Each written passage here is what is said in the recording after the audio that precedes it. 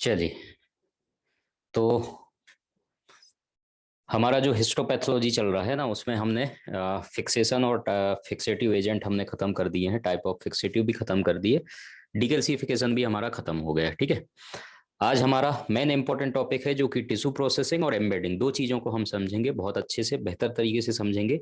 और इनमें से सवाल बनने के चांसेस बहुत ज़्यादा होते हैं, है ना। आपका टिश्यू प्रोसेसिंग का और एम्बेडिंग का, दोनों चीज़ आज हम निपटाते हुए चलते हैं, है ना। बहुत अच्छे से समझ में आएगा आपको, आप समझते हुए चलना, और थोड़ा सा इमेजिनेशन वाला पॉइंट है, इमेजिनेशन करते हुए चलना। बिल्कुल लॉजिकल सवाल इसमें से पूछे जाते हैं ना, तो और थोड़ा सा याददाश्त वाली सवाल है तो वो रीएजेंट को लेकर के या फिर जो एजेंट्स होते हैं पर्टिकुलर, उनमें से सवाल बनते हैं, तो उनको भी हम करते हुए चलेंगे, और कुछ एक्स्ट्रा जो चीजें होंगी वो भी हम आपको नोट्स में प्रोवाइड करते हुए चलेंगे। ठीक है, लेकिन मेन है अपना समझने वाला पार्ट, उसको हम समझते हुए चलेंगे ताकि आप सभी लोगों को अच्छे से समझ में आ जाए। ठीक है, तो अभी तक जो हमारा फिक्सेटिव और डिकैल्सिफिकेशन है ना, सब लोगों को क्लियर है भाई। आप लोगों को नोट्स भी मिल रहा है, डाउनलोड कर लिया आप लोगों ने सबने नोट्स? एक बार आप लोग बता दो, है ना। नोट्स सब लोगों ने डाउनलोड कर लिया होगा, है ना, फिक्सेटिव का भी और आपका डिकैल्सिफिकेशन का भी। ठीक है, डिकैल्सिफाइंग एजेंट, मैंने सवाल भी हम करते हुए चल रहे हैं कि सवाल कहाँ से किस तरीके से बन सकता है, उसको भी हम आपको बताते हुए चल रहे हैं। और जब क्लास खत्म होता है एक बार प्रैक्टिकल वीडियो भी देख लेना, है ना। मेरा प्रैक्टिकल वीडियो यूट्यूब में पड़े हुए हैं, तो प्रैक्टिकल वीडियो से क्या है, आपको और बेहतर तरीके से समझ में आ जाता है, तो इसलिए आप प्रैक्टिकल वीडियोस भी देखेंगे। जैसे एम्बेडिंग है, एम्बेडिंग कैसे बनाते हैं, समझ में आ रहा है? हाँ, इंग्लिश में होता है तो मैं हिंदी में एक्सप्लेन कर रहा हूँ ना, है ना। हिंदी में आपको समझने वाली चीज आप समझो।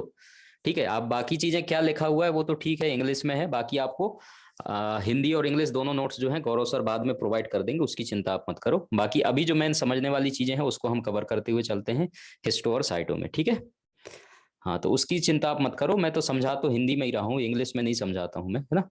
ठीक है, तो हम स्टार्ट करते हैं, बाकी लोग आते रहेंगे। देखो, अब हम अगला हमारा पड़ाव जो है, अभी जो टिश्यू की स्थिति आप देखना, है ना, टिश्यू की स्थिति हमारी कहाँ पर है, किस हालत में हमारा टिश्यू है, उसको आप समझते हुए चलना। तो हमारा टिश्यू का स्थिति जो है अभी तक, है ना, इस कैसेट के अंदर हमने रख दिया है इस टिश्यू को, है ना। कैसेट के अंदर हमने टिश्यू को रख दिया है, इसमें हमने बकायदा नंबर का एक पेपर भी लगाया हुआ है, और इस तरीके से टिश्यू के अंदर हमने इसको पैक करके और रख दिया है। ठीक है, अब इसके अंदर क्या होगा, इस टिश्यू के अंदर अभी होगा, अभी की स्थिति में इसके अंदर पानी होगा, और कुछ जो फिक्सेटिव रिएजेंट आपने डाला था फॉर्मलिन वो होगा, है ना। इस स्थिति में भी आपका टिश्यू है। अब हम इसको टिश्यू प्रोसेसिंग करने वाले हैं। टिश्यू प्रोसेसिंग आजकल ऑटोमेटिक होने लगे हैं, तो अब जब टिश्यू प्रोसेसिंग में करोगे तो एक चीज सबसे पहले आप समझ लो, उसके बाद हम इसको क्लियर करते हुए आपको समझाते हुए चलेंगे। देखो, टिश्यू प्रोसेसिंग की स्टेप जब आप चालू करोगे तो कहां से स्टार्ट होगा, आपका फॉर्मलिन के 2 जार से स्टार्ट होंगे। ठीक है, ऑटोमेटिक करो मैनुअल करो, थोड़ा बहुत अंतर होता है बाकी जारों का, बाकी कोई दिक्कत नहीं है आपको, जो ऑटोमेटिक प्रोसेसिंग है वही प्रोसेसिंग अभी चल रहा है। ठीक है, देखो, फॉर्मलिन के 2 जार होगा, मतलब फॉर्मलिन का मेन काम होता है, यहाँ पर भी फिक्सेशन का काम होता है। ठीक है, तो 2 जार आप फिक्सेशन में, फिर अगेन आपका ग्रोसिंग हो गया या डिकैल्सिफिकेशन की प्रोसेस हो गई, तो 2 बार आपको फॉर्मलिन में डालना है, यहाँ पर भी फिक्सेशन का काम होगा आपके दोनों जार में फॉर्मलिन के। उसके बाद जब यहाँ पर तीसरे नंबर के जार से जब स्टार्ट हो रहा है एल्कोहल, ठीक है, तो यहाँ से लेकर के लास्ट के एल्कोहल 8 नंबर के जार तक, तो ये पूरा का प्रोसेस जो है आपका डिहाइड्रेशन कहलाएगा। ठीक है, यहाँ से यहाँ तक। फिर उसके बाद जाइलिन के 2 जार आपको मिलेंगे, जाइलिन के 2 जार है, जाइलिन का मतलब ही क्लियरिंग एजेंट है ये। ठीक है, बेस्ट क्लियरिंग एजेंट के तौर पे इसको माना जाता है और सवाल पूछा भी जाता है, तो ये आपका क्लियरिंग एजेंट के 2 जार आपको देखने को मिलते हैं। उसके बाद 11 और 12 नंबर के जो 2 जार होंगे आपके पैराफिन वैक्स का होगा। ठीक है, जहां पर आपका इन्फिल्ट्रेशन इम्प्रेग्नेशन होगा, इसको हम समझेंगे। तो इतने जो है टोटल आपके 12 जार में आपकी प्रोसेसिंग, टिश्यू प्रोसेसिंग का खत्म होता है। ठीक है, इतना क्लियर है। अब हम चलते हैं समझने वाली चीज पे। समझने वाली चीज पर जब हम चलेंगे तो हमारे पास ये जार है ना, तो हम एक एक जार केवल बनाते चलेंगे, उसके बाद आपको एक्सप्लेन करते हुए चलेंगे। फर्स्ट जार हमारा फॉर्मलिन का है।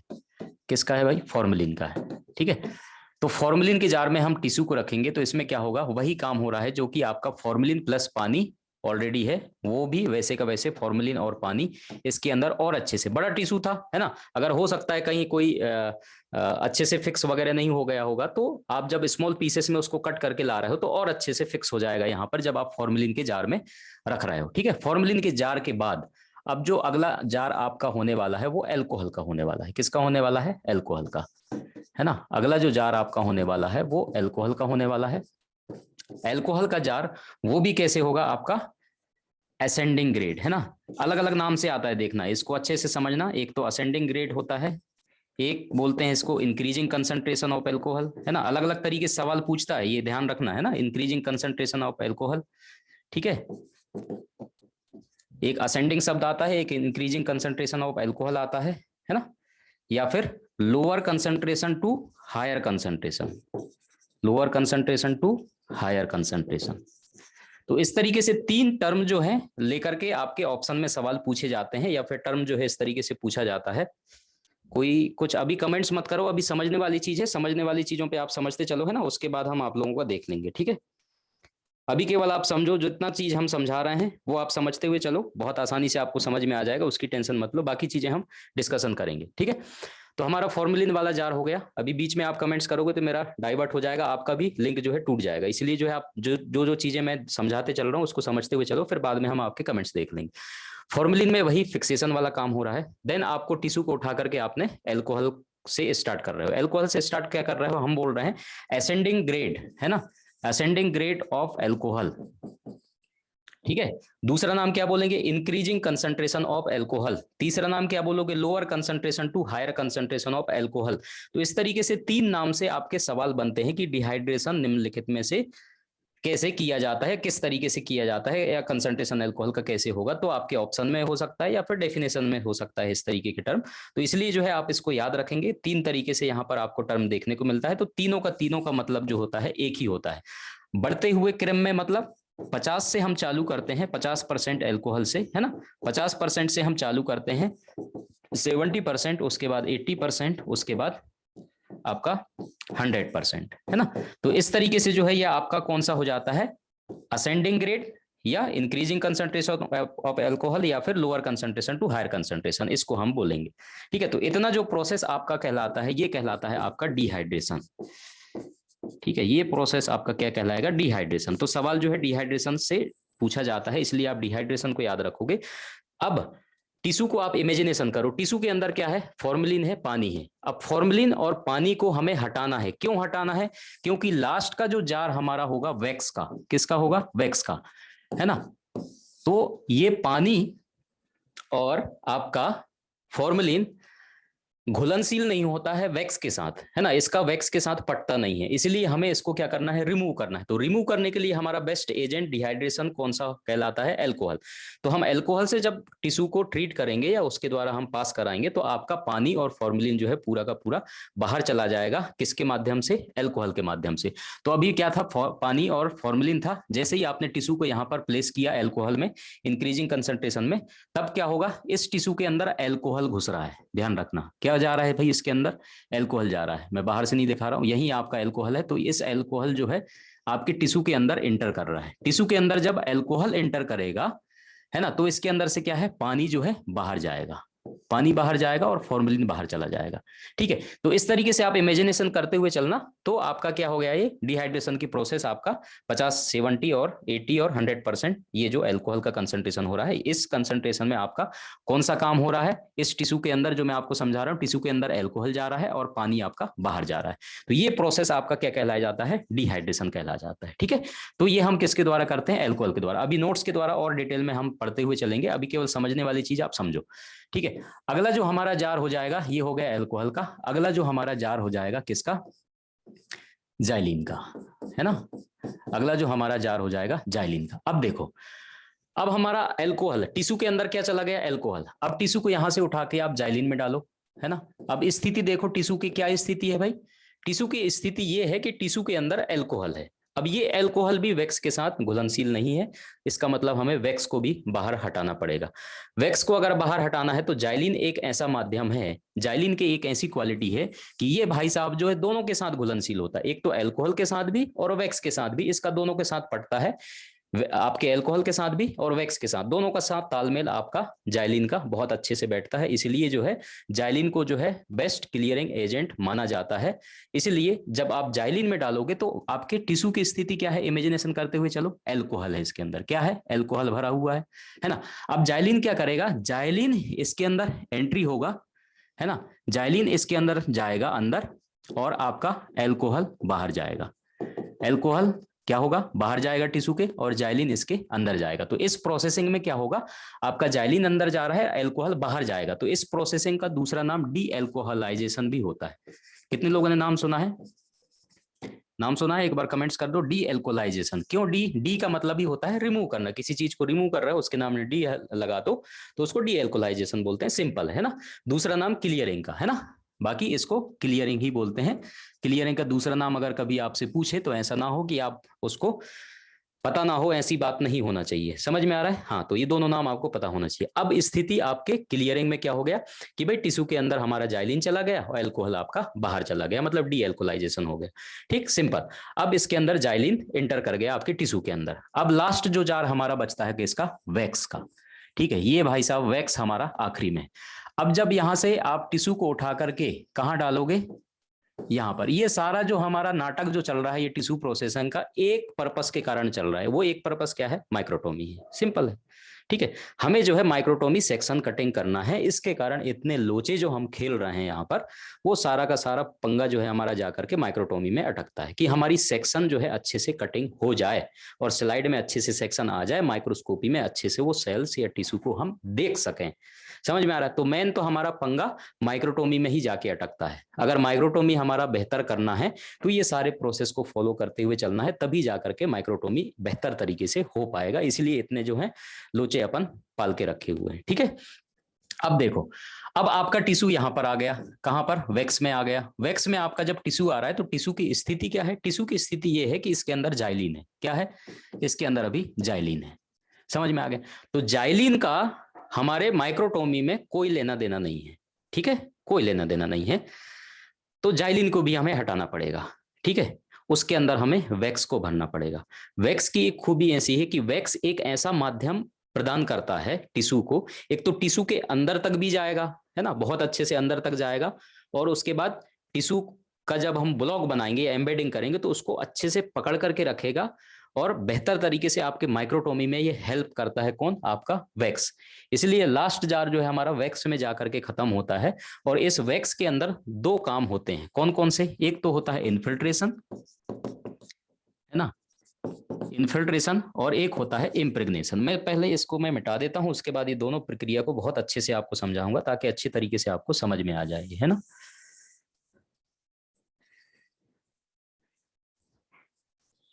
देखो, लास्ट वाला जार हमारा वैक्स को मैं यहां उठा करके ला रहा हूं, है ना, ये वैक्स को मैं यहां उठा करके ला रहा हूं। ये जो लास्ट में हमारा वैक्स का जार है, अब इसमें आपने टिश्यू को ट्रांसफर किया है। तो टिश्यू की स्थिति ये है कि इसके अंदर अभी जाइलिन भरा है। क्या भरा है, जाइलिन भरा है। ठीक है, अब देखो, यहां पर दो काम होंगे, कौन कौन से काम होंगे।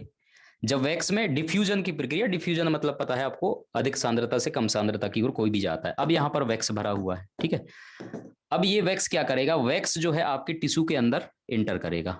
ठीक है, टिश्यू के अंदर क्या करेगा, वैक्स इंटर करेगा, और जाइलिन आपका बाहर जाएगा। ठीक है, जाइलिन आपका क्या होगा, बाहर जाएगा। तो दो प्रक्रियाएं हो रहा है, सब में दो ही प्रक्रिया हो रहा है, लेकिन यहां पर जो स्पेसिफिक प्रक्रिया हो रहा है उसको दो नाम दे रहा है, एक तो इन्फिल्ट्रेशन और इम्प्रेग्नेशन। नाम से आप याद रख लेना, सिंपल है, ज्यादा रटने या पढ़ने की जरूरत नहीं है।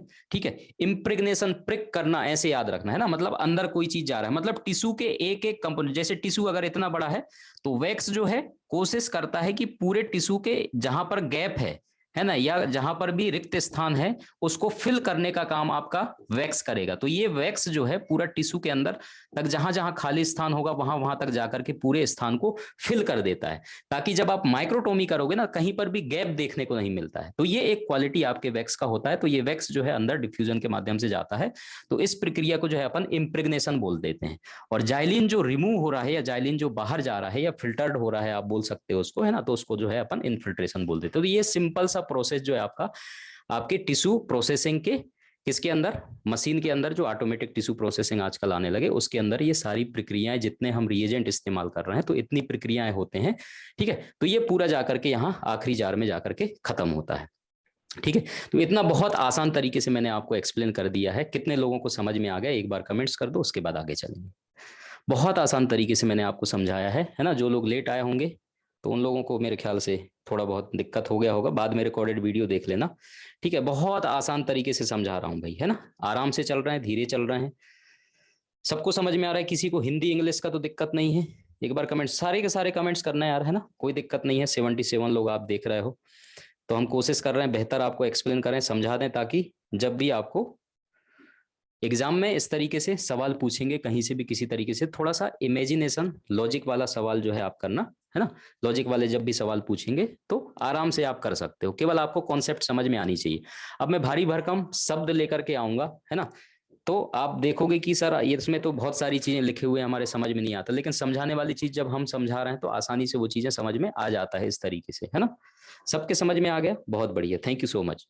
अब हम जो है एम्बेडिंग को समझ लेते हैं ना, उसके बाद हम नोट्स की तरफ चलेंगे। नोट्स भी आप लोगों के लिए लेकर के आए हैं, क्योंकि नोट्स आप लोगों के लिए इंपॉर्टेंट है, मेरे लिए तो नहीं है ना, इसलिए मैं नोट्स पे ज्यादा ध्यान नहीं देता हूँ। मैं तो समझने वाली चीजों पे ध्यान देता हूँ, मैं कोशिश करता हूँ कैसे आपको बेहतर तरीके से समझा दिया जाए ताकि आपको समझ में आ जाए कॉन्सेप्ट। बाकी नोट्स तो आपको प्रोवाइड हो ही जाएंगे, है ना। अब हम एम्बेडिंग की बात करते हैं, दोनों चीजें एक साथ आज पढ़ रहे हैं, है ना। एम्बेडिंग, एम्बेडिंग का मतलब होता है ब्लॉक मेकिंग, है ना। एम्बेडिंग का मतलब ब्लॉक मेकिंग। अब इस ब्लॉक मेकिंग में हम क्या करते हैं, जब आपका लास्ट जार वैक्स से जब आप टिश्यू को बाहर निकाल रहे हो तो टिश्यू की स्थिति क्या है, इसके अंदर वैक्स भरा हुआ है। क्या भरा हुआ है, वैक्स भरा हुआ है। बहुत अच्छी बात है, वैक्स भरा है, वही तो चाहिए था हमें, है ना।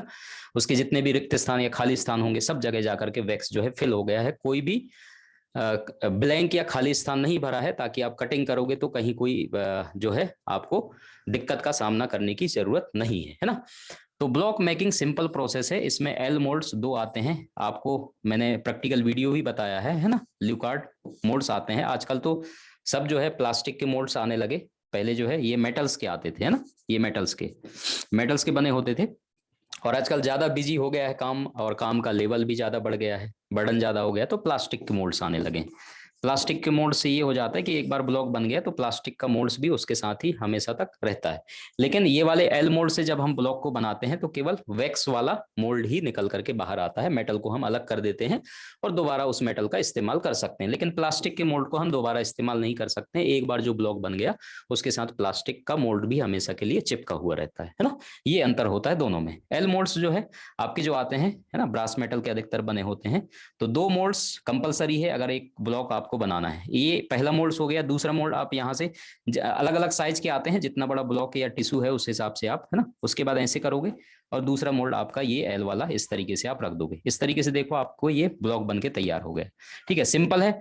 आप मेल्टेड पैराफिन वैक्स पहले से आपके वैक्स बाथ में होगा, है ना। दो चीज आप समझना, एक वैक्स बाथ का टेम्परेचर और आपके वाटर बाथ का टेम्परेचर, ध्यान से सुनना मेरी बात, है ना। एक वैक्स बाथ का टेम्परेचर, एक वाटर बाथ के टेम्परेचर, दोनों में क्या अंतर है। वैक्स बाथ का टेम्परेचर हमेशा आपके पैराफिन वैक्स के मेल्टिंग पॉइंट से थोड़ा सा ज्यादा होगा, 1 या 2 डिग्री। ठीक है, क्यों होगा, क्योंकि हमें उसको पिघलाना है। ठीक है, और जब वाटर बाथ जहां पर हम टिश्यू सेक्शन लेंगे उसका टेम्परेचर आपके पैराफिन वैक्स के मेल्टिंग पॉइंट से कम होगा।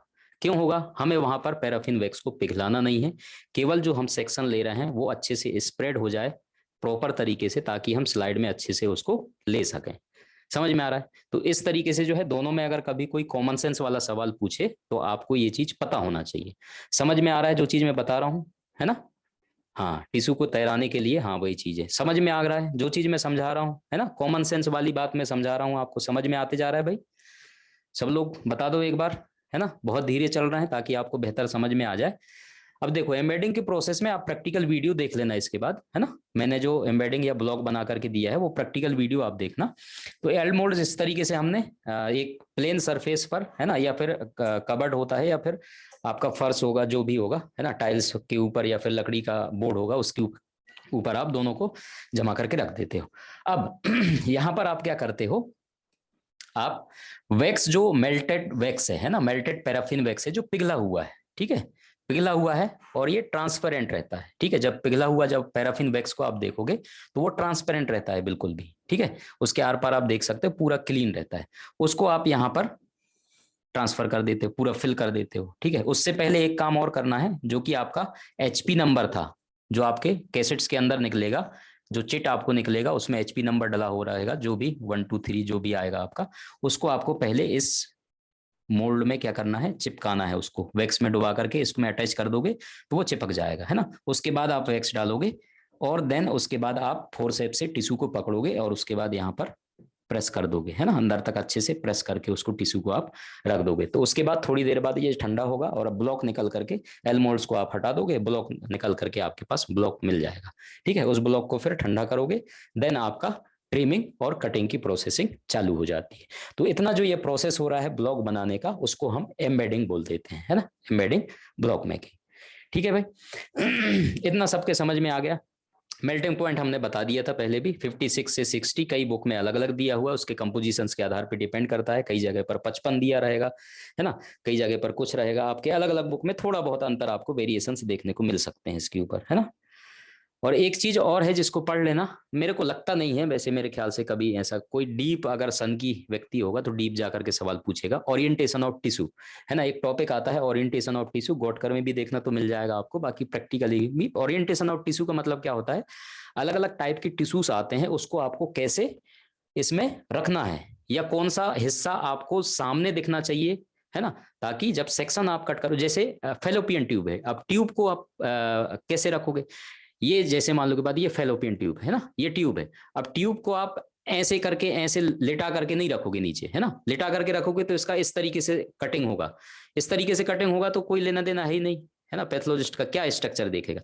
तो ट्यूब को हम हमेशा ये वाला पोर्शन, जो ट्यूब वाला होल वाला पोर्शन है, इसको इस तरीके से रखते हैं, नीचे ऐसे करके ऐसे रखेंगे, तो ये वाला सेक्शन फिर ऐसे कटेगा, है ना, इस तरीके से कटेगा, तो ये गोल वाला हिस्सा पूरा का पूरा गोल देखेगा। और स्किन वाला जैसे पोर्शन आता है तो स्किन को हम ऐसे रखते हैं, खड़ा रखते हैं इस तरीके से, है ना, स्किन को हम लिटा करके ऐसे रखते हैं ताकि स्किन के पूरे लेयर्स जो है क्लियर तरीके से दिखना चाहिए। इस तरीके से अलग अलग सर्विक्स के सैंपल्स आते हैं ना। तो ओरिएंटेशन ऑफ टिश्यू को थोड़ा सा आप पढ़ लेना, एक ब्रीफली केवल पढ़ लेना, मैंने समझा दिया ओरिएंटेशन ऑफ टिश्यू का मतलब क्या होता है, कि अलग अलग तरीके के जो टिश्यूज आते हैं उसको हम किस तरीके से उसमें ब्लॉक बनाते समय रखा जाता है।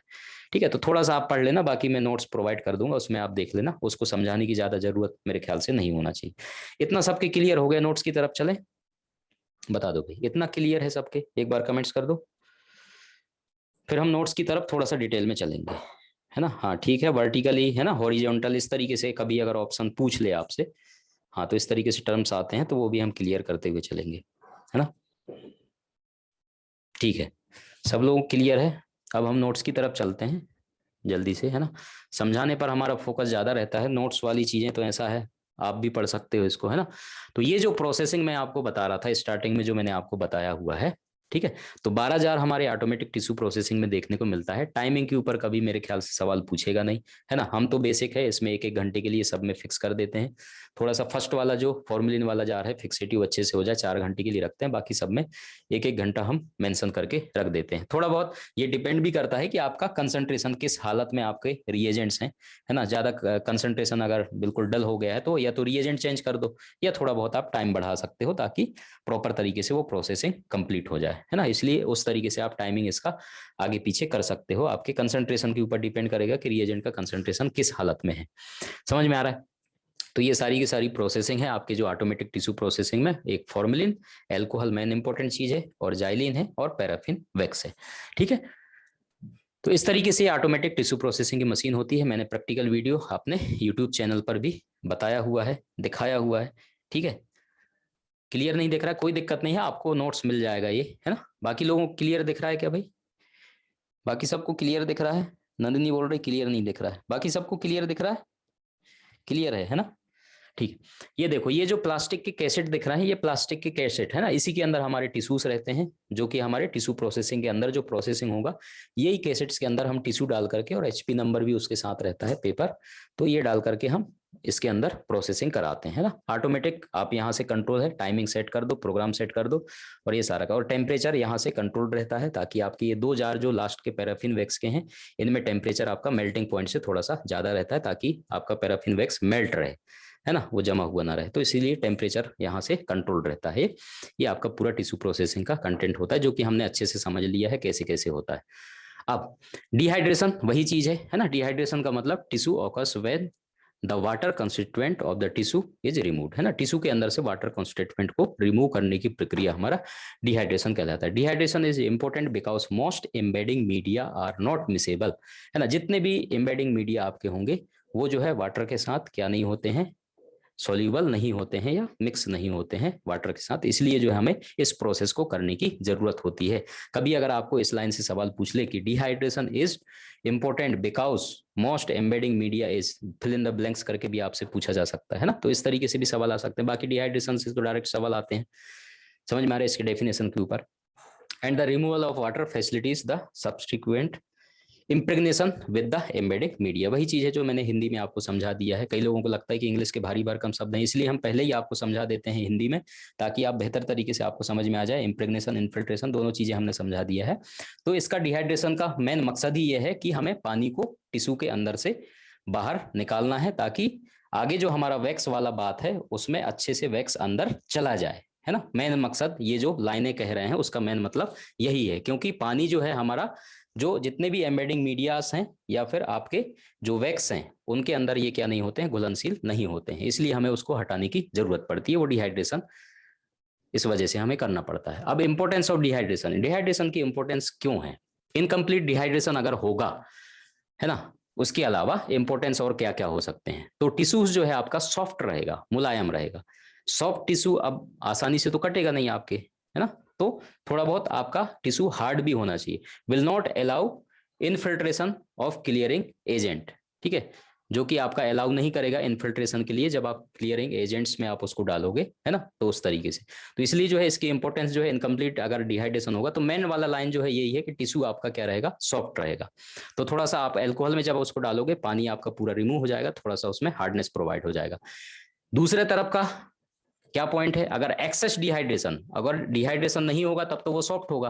अगर एक्सेस डिहाइड्रेशन उसको कर दोगे, ज्यादा आप डिहाइड्रेट कर दोगे, तब क्या हो जाएगा, आपका टिश्यू ज्यादा हार्ड हो जाएगा, सिकुड़ जाएगा, ठीक है, या भंगुर हो जाएगा। समझ में आ रहा है? हाँ, भंगुर का मतलब क्या होगा, टिश्यू जो है टूटने के चांसेस उसके ज्यादा हो जाएंगे। समझ में आ रहा है? तो अगर कभी एक्सेस डिहाइड्रेशन की प्रोसेसिंग अगर आप कर रहे हो, तो टिश्यू के अंदर कौन कौन सी चीजें देखने को मिल सकता है, ज्यादा हार्ड हो जाएगा, वो सिकुड़ जाएगा, या फिर भंगुर हो जाएगा। मतलब क्या बोलेंगे उसको, इसके लिए कोई शब्द किसी को आ रहा हो? भंगुर का मतलब और दूसरा शब्द आप क्या समझ सकते हो? वो जल्दी टूटने लगेगा, है ना, इस तरीके से आप समझ सकते हो उसको। हाँ, बिखरने की कंडीशन, वही चीज है, ठीक है। तो ये सब हो जाएगा। कभी इस लाइन से भी बनने के सवाल चांसेस हो सकते हैं कि एक्सेस डिहाइड्रेशन से क्या हो सकता है टिश्यू के अंदर, तो आपके ऑप्शन में ये सारी चीजें आएंगे, तो आपको ये ऑप्शंस पता होना चाहिए। देखो, हम एमसीक्यूज क्या पूछा जाएगा वो भी बताते हुए चल रहे हैं।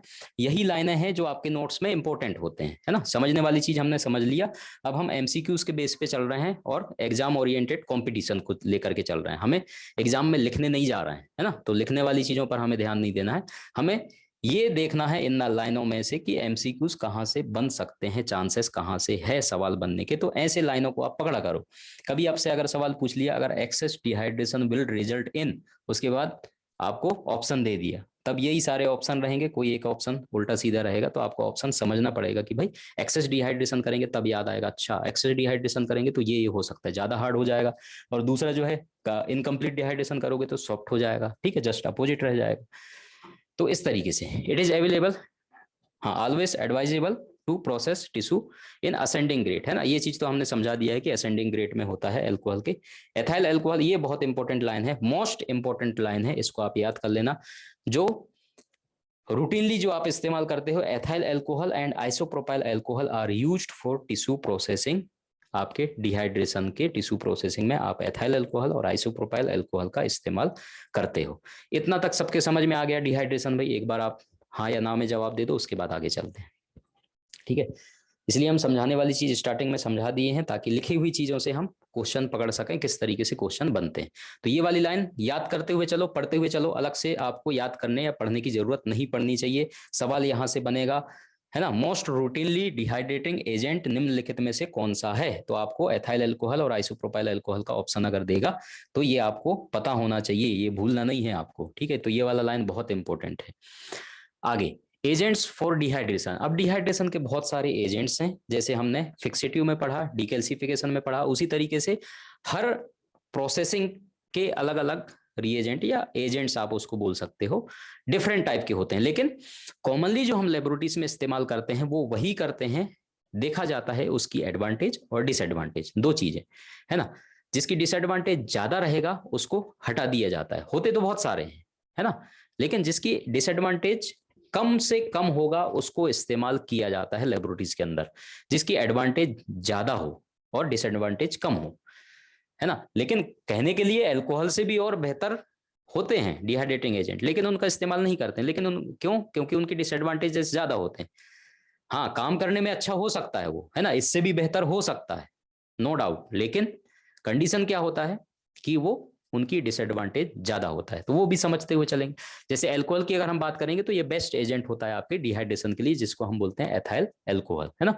Which has the advantage is not being poisonous, मतलब इसमें कोई ऐसे नुकसानदायक चीजें नहीं होता जो कि इंसान को नुकसान करे, है ना। इसलिए हम अल्कोहल को जो है बेहतर मानते हैं और ये इसकी प्रॉपर्टी भी अच्छी होती है। Dehydration process is carried out, वही चीजें हैं जो मैंने आपको एक्सप्लेन कर दिया, इंक्रीजिंग स्ट्रेंथ ऑफ अल्कोहल, है ना। नाम हमने 3 नाम बता दिए थे, इंक्रीजिंग कंसंट्रेशन ऑफ अल्कोहल, है ना, low concentration to higher concentration और असेंडिंग रेट ऑफ अल्कोहल। तो ये चीज आप याद रखना, 3 टर्म से जो है ये सवाल पूछा जाता है आपका डिहाइड्रेशन के बारे में। रूटीनली जो है 70% डाइल्यूट, ये बाकी लाइन जो है एक्स्ट्रा लिखा हुआ है, इससे कोई मतलब है नहीं ज्यादा, है ना। ब्रेन एंड एम्ब्रियो अगर है, डेलिकेट टिश्यू है, तो dehydration should be more gradual, मतलब ब्रेन और एम्ब्रियोस हैं, है ना, ये सॉफ्ट टिश्यू हैं, तो इसके लिए हम क्या करेंगे, डायरेक्ट हायर कंसंट्रेशन पे नहीं करेंगे, कोशिश करेंगे कि धीरे धीरे उसको डिहाइड्रेट किया जाए। इसका मतलब ये होता है कि धीरे धीरे उसको डिहाइड्रेट किया जाए। कैसे? जैसे कंसंट्रेशन जब हम बनाएंगे तो किस बात का ध्यान रखेंगे, 50 के बाद हमारा 60% हो जाए, है ना, 50 के बाद 60, उसके बाद 70, फिर 80, फिर 90, फिर 100। तो इस तरीके से होना चाहिए। ऐसा नहीं कि 50 के बाद हम डायरेक्ट 70 कर दिए, उसके बाद 90 कर दिए, 80 को छोड़ दिया, है ना, और 100 कर दिए, ऐसा नहीं करेंगे। ब्रेन और एम्ब्रियो की अगर कंडीशन है तो उसको हम कोशिश करते हैं कि ज्यादा से ज्यादा ग्रेजुअल हो वो, है ना, 60, 70, 80, मतलब धीमे धीमे आहिस्ता आहिस्ता उसको डिहाइड्रेट करना है ना, एकदम से नहीं करना है। तो ये वाला लाइन ये कह रहा है, बस, और कोई बात नहीं है इसमें, है ना। आगे चलते हैं, दूसरा डिहाइड्रेटिंग एजेंट आपका एसीटोन है ना। एसीटोन भी बहुत बेहतर होता है। हम लोग लास्ट जार जैसे मैंने आपको दिखाया था यहाँ पर, ये जो बनाया हुआ था, तो इसमें डिहाइड्रेशन के लास्ट वाला जो जार 8वें नंबर का रहता है उसमें हम लोग एसीटोन डालते हैं। लेकिन ये एसीटोन भाई साहब क्या होता है, ज्यादा, क्या बोलेंगे उसको हिंदी में, ऐसा हिंदी में क्या बोलेंगे उसके लिए, टर्म क्या है, वॉलेटाइल के लिए टर्म क्या है, कोई बताएगा हिंदी में क्या बोलेंगे उसको? ज्यादा वॉलेटाइल होता है या उड़ जाता है ना, या फिर वो जल्दी से कम होने लगता है उसकी वॉल्यूम, क्या बोलेंगे हिंदी में? कोई शब्द बता दो जल्दी से, किसी को याद आ रहा है तो। है, हाँ, वेपर, ठीक है, वाष्पित होना, हाँ ठीक है, चलो अलग अलग चीजें हैं, ठीक है, मतलब समझ में तो आ गया आपको, है ना। तो अल्कोहल, जो बाकी अल्कोहल हम यूज कर रहे हैं, वो जल्दी से कम नहीं होता है, सिंपल भाषा में जल्दी से कम नहीं होता, है ना, भाप बन के उड़ नहीं जाता, वेपर नहीं बनता, जो भी है वो समझो आप। लेकिन एसीटोन क्या होता है, जल्दी से जो है वॉलेटाइल, ज्यादा वॉलेटाइल होता है ना, तो उड़ जाता है ये, तो जल्दी से ये जो है कम होने लगता है, इसकी वॉल्यूम कम होने लगता है। तो ये इसके अंदर एक मतलब डिसएडवांटेज है एसीटोन के अंदर, ठीक है। बाकी यूज हम एसीटोन को भी करते हैं, तो एसीटोन भी अच्छा है। तो एसीटोन में use has been found to be good dehydrant, है ना, कोई शक नहीं है, गुड डिहाइड्रेंट है, चीप भी है, सस्ता भी है, बट वेरी वॉलेटाइल होता है ना। तो इसलिए थोड़ा सा इसका डिसएडवांटेज है। तो पूरे जार में हम इसका इस्तेमाल न करके एक लास्ट वाले जार में आप इसको इस्तेमाल कर सकते हो, ठीक है। तो डिहाइड्रेशन टाइम इसका 1.5 घंटे से 2 घंटे के अंदर हो सकता है, रिजल्ट देता है ना। हाँ, shrinkage and for this reason it is not quite suitable for routine work, है ना, रूटीन वर्क के लिए। हाँ, अगर इसको जो है आप क्या करोगे, 2 घंटे के लिए अगर आप इसके अंदर रख दो डायरेक्ट किसी भी टिश्यू को डिहाइड्रेशन करने के लिए, तो ये जो है उसको सिकुड़ देता है। तो मतलब ये अच्छा होता है, रैपिड एक्शन करता है ये, ऐसा नहीं है कि एसीटोन के अंदर कोई डिसएडवांटेज है, बस डिसएडवांटेज एक ही है, बाकी ऐसा कुछ है नहीं। गुड डिहाइड्रेंट इसको बोलते हैं। कभी अगर आपको क्वेश्चन इस तरीके से पूछे तो आप याद रखना, है ना। तो एसीटोन में ऐसी कोई खराबी है नहीं, डिसएडवांटेज बस एक ही है इसके अंदर। Further more only small pieces of tissue should be treated acetone. अगर कोई स्मॉल पीसेस ऑफ टिश्यू है ना, रैपिड आपको करना है डिहाइड्रेंट, तो आप एसीटोन का सहारा ले सकते हो, बहुत अच्छा है एसीटोन, ठीक है। तो ये भी आप याद रखना, अल्कोहल के बाद एसीटोन हो गया, एसीटोन के बाद आपका डाईएथिलीन, है ना, डाइऑक्साइड। डाईएथिलीन डाइऑक्साइड को देखोगे तो ये भी आपके वाटर में, अल्कोहल में, जाइलिन में, बैल्सम में, पैराफिन वैक्स में, सब में जो है ये मिसेबल होता है, घुलनशील होता है, बहुत मित्रता रखता है सबसे, इसको कोई दुश्मनी नहीं है, ठीक है। बस इसका जो डिसएडवांटेज है वो क्या है, यूनिक डिहाइड्रेंट है, कोई दिक्कत नहीं है ना। लिटिल श्रिंकेज करता है, एडवांटेज बहुत अच्छी है टिश्यू के अंदर ये।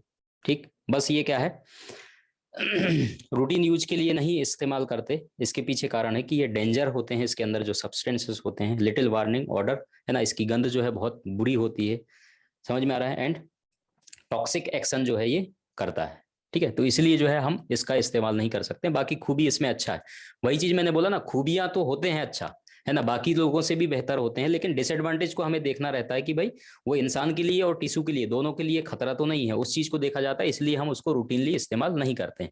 लेकिन कभी अगर डिहाइड्रेट एजेंट आपके ऑप्शन में आए, निम्नलिखित में से कौन से डिहाइड्रेट एजेंट हैं, तो ये भी ऑप्शन में आएगा, तो ये भी करेक्ट होगा, ऐसे नहीं कि आप इसको इनकरेक्ट कर दो या हटा दो, है ना, तो ये भी आपके डिहाइड्रेट एजेंट में ही आएगा। इसको ऐसा नहीं है कि आप, इसलिए हम ये नोट्स प्रोवाइड कर रहे हैं ताकि आपको पता चले कि डिहाइड्रेटिंग एजेंट ये भी होता है ना।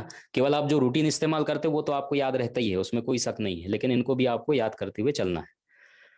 अब अगला हमारा प्रोसेस, जैसे हम डीकैल्सिफिकेशन को चेक करते थे, है ना, उसी तरीके से हम डिहाइड्रेशन को भी चेक करेंगे कि डिहाइड्रेशन कंप्लीट हुआ है या नहीं हुआ है। समझ में आ रहा है।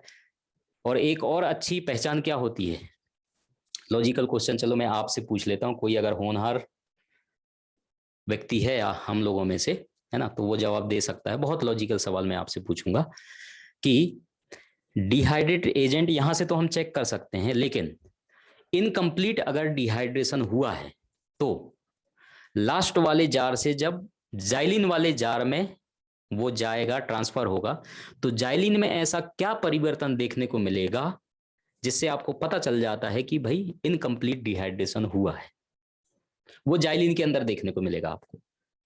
ठीक है, कोई होनहार है तो बता सकता है। ठीक है, ऐसे तो रट्टाफिकेशन वाले बहुत हैं। बहुत बढ़िया, बहुत बढ़िया, बहुत बढ़िया, बहुत बढ़िया।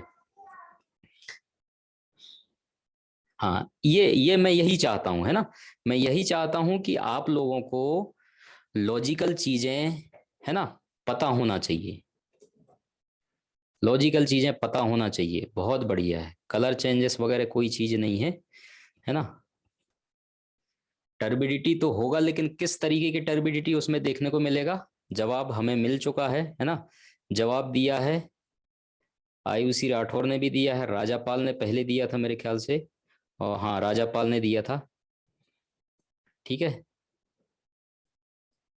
हम्म, बहुत बढ़िया, देवलोदी ने भी दे दिया, नंदिनी का भी जवाब सही आ गया है ना, शेखर सुमन का भी जवाब आ गया, बहुत बढ़िया। मिल्की, है ना, जो आपकी किताबों में मेरे ख्याल से दिया होगा, आप लोग पढ़ते होंगे। ठीक है, तो जाइलिन जो है आपका मिल्की जैसा होता है, उस तरीके से देखने को मिलता है टर्बिडिटी, है ना। हाँ, तो अब डिहाइड्रेशन को आप कैसे चेक करोगे, डिहाइड्रेशन को चेक करने के लिए ये भी आपके एग्जाम में पूछा जा सकता है, एनहाइड्रस कॉपर सल्फेट, है ना, ये आप इस्तेमाल करते हो। तो लास्ट बैच का जो एल्कोहल आपके पास होगा उसको जो है टेस्टेड करोगे विथ एनहाइड्रस कॉपर सल्फेट से। यदि ये जो है ब्लू कलर में कन्वर्ट होता है, इसका मतलब ये इंडिकेशन करता है कि आपका डिहाइड्रेशन इनकम्प्लीट हुआ है। ठीक है, कितने लोगों को समझ में आ गया ये वाली लाइन, सबके समझ में आ गया, जहां तक हम समझा रहे हैं सबके समझ में आ रहा है, बताओ। यहां तक जो हमारी गाड़ी चली है सबको क्लियर है भाई, क्रिस्टल क्लियर है, एक बार बता दो। किसी को कोई दिक्कत, बहुत आराम से चल रहे हैं, कई लोगों को शिकायत होता है दिनेश सर बहुत फास्ट चलते हैं, बहुत फास्ट पढ़ाते हैं, कईयों को दिक्कत होता है कि इंग्लिश टू इंग्लिश चल रहे हैं तो हमें समझ में नहीं आता सर की क्लास। अरे यार, इतने आसान तरीके से, है ना, हिंदी में समझाता हूँ, ये लिखे होते हैं इंग्लिश में, मैं इसको इंग्लिश हिंदी में ट्रांसलेट नहीं कर सकता हूँ, है ना। तो ये वाला काम मेरे से मत बोलना, बस एक प्रार्थना मेरी भी है आपसे, है ना, कि सर आप इसको हिंदी में ट्रांसलेट कर दो, तो उससे होगा क्या, है ना, नोट्स आपको बनानी पड़ेगी, है ना, शॉर्ट नोट्स आ गया, जयप्रकाश जी बोल रहे हैं। ठीक है, हाँ हाँ, व्हाइट कलर लिखा है ना भाई ये, है ना, बहुत बढ़िया। इसीलिए हमने हर एक चीज को मेंशन करते हुए चल रहे हैं ताकि कोई पॉइंट आपसे छूटे ना, कभी अगर यहाँ से सवाल बन जाए तो आपको पता हो, है ना, आपका एनहाइड्रस कॉपर सल्फेट व्हाइट लिखा हुआ है। ये जब आखिरी वाला जो आपकी डिहाइड्रेटिंग एजेंट है आपका जो भी इस्तेमाल कर रहे हो जार, आखिरी जार में जब आप इसको अल्कोहल जो होगा उससे आप जब टेस्ट करोगे एनहाइड्रस को, ये ब्लू कलर में अगर कन्वर्ट हो गया, कोई कन्वर्ट नहीं हो रहा तब तो ठीक है, कंप्लीट है ना, कन्वर्ट हो रहा है ब्लू कलर में, इसका मतलब डिहाइड्रेशन आपका इनकम्प्लीट है, सिंपल है। ठीक है, thank you so much Nandini ji. ठीक है भाई, इतना समझ में आ गया सबको, डिहाइड्रेशन कंप्लीट है ना, डिहाइड्रेशन कंप्लीट है। आगे चलते हैं, क्लियरिंग पे चलते हैं। समझ तो लिए हैं, लेकिन जो हमारे नोट्स हैं जहां से सवाल पूछे जा सकते हैं, तो clearing agent enable to replace dehydrating fluids, मतलब इसके अंदर इतनी ताकत होती है कि ये डिहाइड्रेटिंग फ्लूइड को क्या कर देता है, रिप्लेस कर देता है या हटा देता है ना। हम अच्छे से डायग्राम के माध्यम से सारी चीजें इमेजिनेशन करते हुए चले गए हैं कि क्लियरिंग का मेन मतलब ही है कि क्लियरिंग जो जाइलिन होता है वो अंदर जाएगा और आपका एल्कोहल को बाहर करेगा, जो भी डिहाइड्रेटिंग फ्लूइड है या एजेंट है उसको बाहर करने का, बाहर फेंकने का काम ये करता है। With A fluid that immiscible with both dehydrating agents and embedding agents.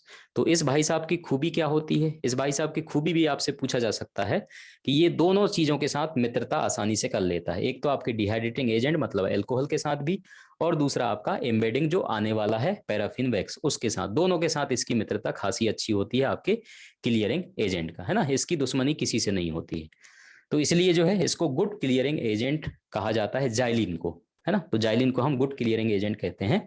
हाँ, तो ये दोनों के साथ जो है मित्रता करने वाला है, आपके डिहाइड्रेटिंग एजेंट के साथ भी जो कि आपका एल्कोहल है, और आपका एम्बेडिंग एजेंट जो कि आपका पैराफिन वैक्स है। ठीक है, this stage of tissue processing can, क्या है इसका, हाँ, डी एल्कोलाइजेशन, दूसरा नाम इसका डी एल्कोलाइजेशन है, जो कि हमने आपको बता दिया है। तो इस तरीके से भी आपसे कभी पूछे, है ना, तो ये कंफ्यूजन नहीं होना कि बेस्ट डी एल्कोहलाइजेशन एजेंट निम्नलिखित में से कौन सा है ना।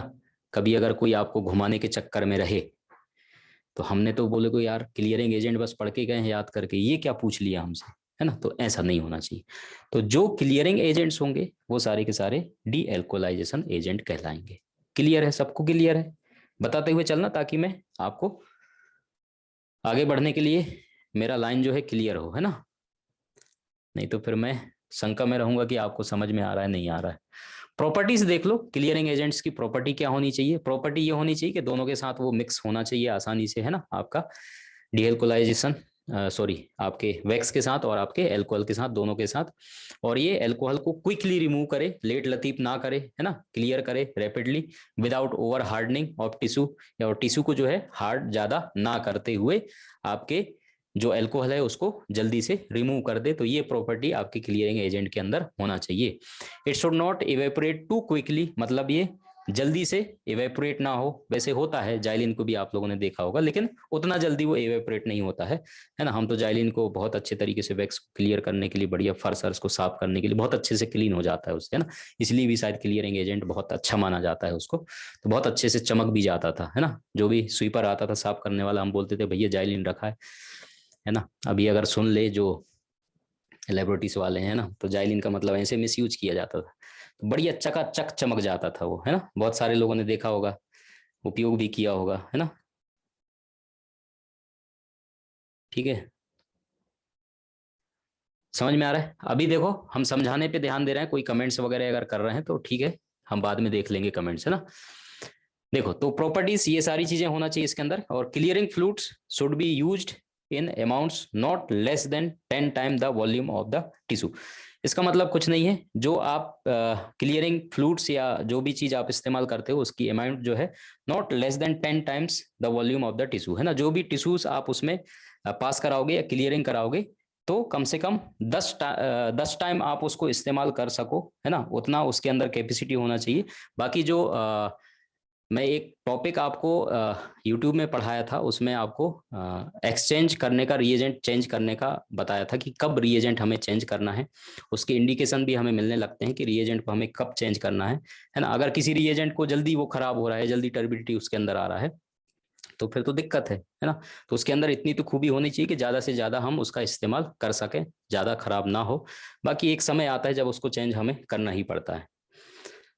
ठीक है, मोस्ट कॉमन क्लियरिंग एजेंट जो कि हमारा फेवरेट है आपका, सबसे पहला कौन सा है, जाइलिन, है ना। तो जाइलिन जो है आपका मोस्ट कॉमन क्लियरिंग एजेंट कहा जाता है और बेस्ट भी कहा जाता है इसको, जाइलिन को वेरी गुड क्लियरिंग एजेंट, है ना। और इसमें से सवाल भी आपका बनता है क्लियरिंग एजेंट के ऊपर कि इनमें से कौन सा क्लियरिंग एजेंट जो है रूटीनली इस्तेमाल किया जाता है या गुड क्लियरिंग एजेंट, अलग अलग तरीके से सवाल पूछता है। तो इसलिए जो है आप इसको याद रखेंगे, है ना, जाइलिन को। It trends to make tissue such as brain and blood containing tissues excessively hard and brittle. तो इसका जो एक ट्रेंड होता है कि जो टिश्यू ब्रेन या ब्लड कंटेनिंग जितने टिश्यूसेस हैं, है ना, उसको जो है ये हार्ड कर देता है और भंगुर बना देता है। वही चीज है जो हमने पहले आपको बताया हुआ था, है ना, जो कि जाइलिन करता है। Tissue should never be left in xylene for more than 2 hours. Biopsies and tissue block not more than 3 mm thick are cleared in 20 to 30 minutes. इसका मतलब ये है कि आपका जो टिश्यू है ना, उसको जाइलिन के अंदर जब आप डालते हो 2 घंटे के लिए, हमने आपको बताया था 1-1 घंटे के लिए आपने जाइलिन में रखा था, है ना। 1 घंटे के लिए आपने जाइलिन फर्स्ट जार पे और 1 घंटे के लिए जाइलिन 2 में रखते हैं। तो हम इतना रूटीनली रखते हैं। बाकी अगर ब्लॉक या टिश्यू की साइज जो है 3 mm थिक है ना, या उससे ज्यादा है, तो उसमें जो है वो क्लियर नहीं कर पाएगा 20 से 30 मिनट के अंदर, ये कह रहा है ये वाला line. When dehydration is not complete, है ना, ये वाली लाइन जो मैं आपसे सवाल पूछा था, अगर डिहाइड्रेशन कंप्लीट नहीं हुआ है तो जाइलिन जो है आपका मिल्की कलर का देखने को मिल जाता है, मिल्की कलर हो जाता है, बहुत अच्छे तरीके से वो देखने को मिलता है ना। हमने भी कई बार देखा हुआ है उसको, है ना। तो डिहाइड्रेशन अगर कंप्लीट नहीं हुआ है तो जाइलिन के जार को जब आप देखोगे ध्यान से, तो आपको मिल्की कलर जो है वो देखने को मिलता है। तो आपको जाइलिन फिर चेंज करना रहता है ना, वो खराब ही हो जाता है, फिर दोबारा आप उसको इस्तेमाल करोगे तो प्रॉपर तरीके से वो काम नहीं करेगा। ठीक है, जाइलिन क्या होता है, चीप होता है, usable with celloidin section, it is highly inflammable, है ना। तो इसकी जो डिसएडवांटेज थोड़ा सा रहता है कि हाईली इन्फ्लेमेबल रहता है, बस, और कोई डिसएडवांटेज नहीं है, बाकी सब जो है अच्छा ही अच्छा है इसके अंदर, जाइलिन के अंदर। उसके अलावा अगला क्लियरिंग एजेंट कौन सा है, क्लोरोफॉर्म, है ना। तो सवाल इस तरीके से आपसे पूछेगा, ठीक है, सवाल जब भी पूछेगा इस तरीके से आपसे पूछेगा।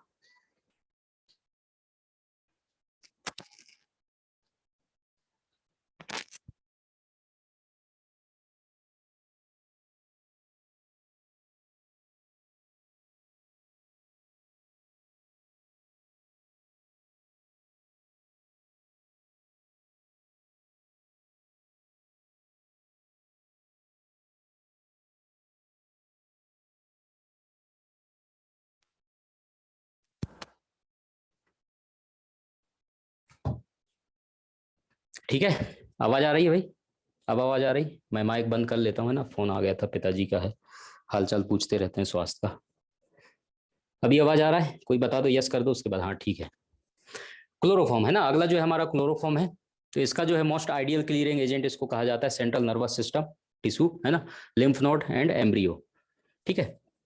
तो इसके लिए जो है इसको अच्छा माना जाता है। तो थोड़ा थोड़ा लाइन आप बस पढ़ते हुए चलना, मैंने बहुत सारे लाइन इसमें इंक्लूडेड कर दिए हैं, सब जरूरी नहीं है ना, बस आपको नाम पता होना चाहिए कि क्लियरिंग एजेंट कौन कौन से होते हैं। क्लोरोफॉर्म, उसके बाद हम टॉयलिन देखेंगे, है ना, सीडारवुड ऑयल, बेंजीन देखेंगे, ये सारे के सारे जो है हमारे क्लियरिंग एजेंट होते हैं। तो आपसे पूछेगा सवाल, कॉमन सवाल तो क्लियरिंग एजेंट पूछेगा कि निम्नलिखित में से कौन सा क्लियरिंग एजेंट है, या फिर एक्सेप्ट करके पूछेगा, या फिर निम्नलिखित में से कौन सा क्लियरिंग एजेंट है। ये तो सिंपल सवाल हो गया, 3 गलत देंगे 1 सही देगा, क्लियरिंग एजेंट उसको छांटना रहेगा, जरूरी नहीं कि जाइलिन ही दे, है ना, बाकी भी दे सकते हैं जो कि हम बता रहे हैं यहाँ पर, ठीक है। तो नाम, पहला चीज तो आपको नाम पता होना चाहिए। दूसरा सवाल किस तरीके से पूछा जा सकता है कि all are clearing agent except, है ना, सभी के सभी क्लियरिंग एजेंट हैं एक को छोड़ करके। तो वो एक नाम हो सकता है डिहाइड्रेटिंग एजेंट हो, है ना, वो, या फिर वो एक नाम फिक्सेटिव का हो सकता है। तो इस तरीके से तो एक्सेप्ट वाले को छांटना रहेगा कि इनमें से कौन सा क्लियरिंग एजेंट नहीं है। तो 3 आपको क्लियरिंग एजेंट के ऑप्शन रहेगा और एक ऐसा रहेगा जो कि क्लियरिंग एजेंट नहीं होगा। तो एक्सेप्ट वाले सवाल में ऐसे बनेंगे, समझ में आ रहा है, वो सबके लिए अलाउ है जो क्वेश्चन में बता रहा हूं, है ना, इस तरीके से सवाल कॉमन है, बनता है। तो इसलिए जो आपको पता होना चाहिए कि भाई क्लियरिंग एजेंट और कौन कौन से होते हैं। बाकी की जो लाइनें हैं वो स्पेशल क्लोरोफॉर्म के ऊपर लिखे हुए हैं, अगर आप याद रख सकते तो रख लेना, बाकी जरूरी नहीं है उतना, है ना। किसके लिए यूज करते हैं वो आप याद रख लो, है ना। उसके बाद गुड होता है ये लार्ज ब्लॉक के लिए, है ना, इट इज नॉट इन्फ्लामेबल, ये इन्फ्लामेबल नहीं होता, जबकि जाइलिन होता था। लेकिन इसकी दूसरी जो है डिसएडवांटेजेस क्या है, dealcoholization time for tissue 3 to 5 mm thick 5 to 20 hour. अब देखो इतना समय लेता है ना। तो अच्छा तो है, सब कुछ बढ़िया है इसके अंदर। तो वही चीज मैं कहता हूँ कि सारे चीजों को लेवल अप करके देखा जाता है, उसके बाद ही डिसाइड किया जाता है कि लेबोरेटरीज में हम किस एजेंट्स को इस्तेमाल रूटीनली कर सकते हैं, है ना। वो चीज मैं पहले ही आपको बता दिया था। तो डिसएडवांटेज अगर जिसकी ज्यादा होगी तो उसको हटा दिया जाएगा, है ना। वेपर टॉक्सिक, एनेस्थेटिक होता है, ठीक, एक्सपेंसिव भी होता है, तो इसलिए जो है इसका इस्तेमाल कॉमनली नहीं करते हैं। समझ में आ गया। रेयर कंडीशन में अगर कुछ स्पेशल रिसर्च वगैरह करना रहता है किसी को तो फिर कर भी सकते हैं, ऐसा कोई दिक्कत नहीं है, लेकिन रूटीनली नहीं करेंगे इसको, है ना। उसके बाद हमारा टॉयलिन आता है। टॉयलिन जो है slower then xylene in action. इसका भी क्या है डिसएडवांटेज, शुरू में ही बता दिया कि जाइलिन से जो है स्लो होता है एक्शन में आपका टॉयलिन। अदरवाइज जनरल प्रॉपर्टीज जो है आपका सिमिलर होता है जाइलिन की तरह, ठीक है। प्रैक्टिकली जो है suppressed benzene because its fumes are less toxic, ठीक है। तो टॉयलिन भी आपका किस में आएगा, क्लियरिंग एजेंट में आएगा। उसके बाद हमारा आता है सीडारवुड ऑयल। सीडारवुड ऑयल जो है very gentle and cost little और no damage to the most delicate tissue. देखो खूबी अच्छी है इसमें, है ना। जेंटल जो है आपका very gentle and cost little और नो डैमेज, है ना। ये आपके टिश्यूज को डैमेज नहीं करेगा, श्रिंक नहीं करेगा ना, कुछ नहीं करेगा, कोई नुकसान नहीं करेगा। It is ideal for research work specially in the study of embryo. तो ये कहां पर होता है, कभी अगर इस लाइन से सवाल आपसे पूछ ले कि निम्नलिखित में से कौन सा क्लियरिंग एजेंट है जो कि आइडियल होता है आपके रिसर्च वर्क और specially in the study of embryo, तो आपको बताना पड़ेगा सीडारवुड ऑयल होता है ना। लेकिन डिसएडवांटेज क्या है, ये डिफिकल्ट होता है एलिमिनेट करने में। जब आप वैक्स के अंदर इसको डालोगे तो ये एलिमिनेट नहीं होता है। क्लियरिंग एजेंट जो आपका जाइलिन था वो आसानी से हो जा रहा था, है ना, लेकिन ये नहीं होगा। हाँ ठीक है, तो डिसएडवांटेज इसके हैं, ठीक है। तो इसलिए जो है इसको भी रूटीन हम इस्तेमाल नहीं कर सकते हैं। अगला आपका आ जाएगा कौन सा, बेंजीन, है ना। ये तो कार्सिनोजेनिक होता है, बाकी सिमिलर है, इसकी प्रॉपर्टीज आपके जाइलिन की तरह ही है, लेकिन ये कार्सिनोजेनिक होता है जिसके कारण इसको भी हम रूटीनली इस्तेमाल नहीं कर सकते हैं। किसको, आपके बेंजीन को, है ना। तो 5 नाम जो है हमने क्लियरिंग एजेंट के दे दिए हैं। पांचों के पांचों नाम आपको याद होना चाहिए अभी के अभी, है ना। पांचों नाम आप लिख करके एक बार मेरे को बता दो जल्दी से, है ना। तो मैं मान जाऊंगा कि हाँ आप पढ़ते हुए भी याद करते हुए चल रहे हो, ठीक है। जल्दी बता दो, पांचों के पांचों नाम बता दो मेरे को शुरू से।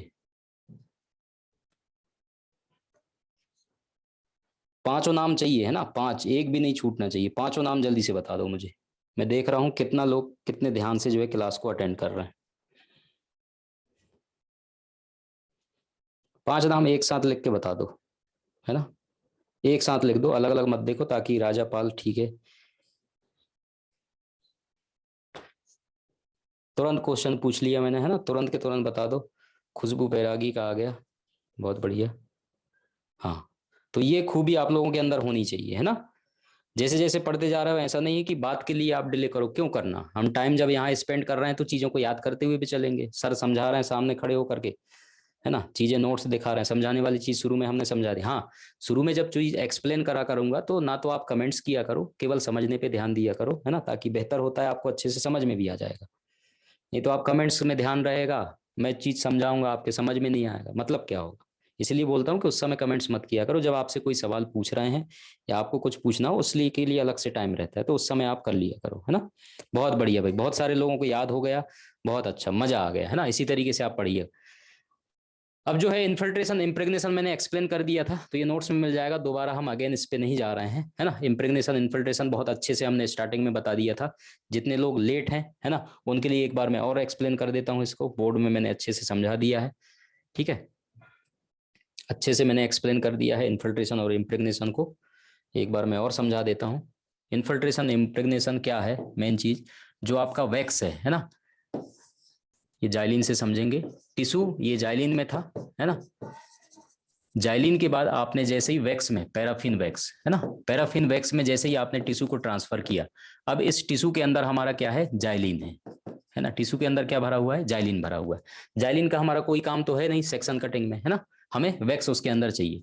तब डिफ्यूजन की प्रक्रिया होती है। डिफ्यूजन मतलब अधिक सांद्रता से कम सांद्रता की ओर जाना। अब हमारा यहाँ पर पैराफिन वैक्स भरा पड़ा है ना। तो ये पैराफिन वैक्स क्या करेगा, इस टिश्यू के अंदर जाएगा, है ना, इस टिश्यू के अंदर जाएगा, और इस टिश्यू के पूरे जितने खाली स्थान जगह हैं तो उनमें जाकर के ये समा जाएगा, पूरा फिल कर देगा, है ना। तो ये प्रोसेस जो हो रहा है इसको हम बोलते हैं इम्प्रेग्नेशन, है ना, इम्प्रेग्नेशन। और दूसरा प्रोसेस इसी के अंदर क्या हो रहा है, जब ये पैराफिन वैक्स अंदर जा रहा है ना, तो उसी समय में दूसरा काम ये हो रहा है कि इसके अंदर जो जाइलिन भरा हुआ था टिश्यू के अंदर, वो जाइलिन इसके अंदर से बाहर निकल रहा है। जाइलिन इसके अंदर से क्या निकल रहा है, बाहर निकल रहा है ना।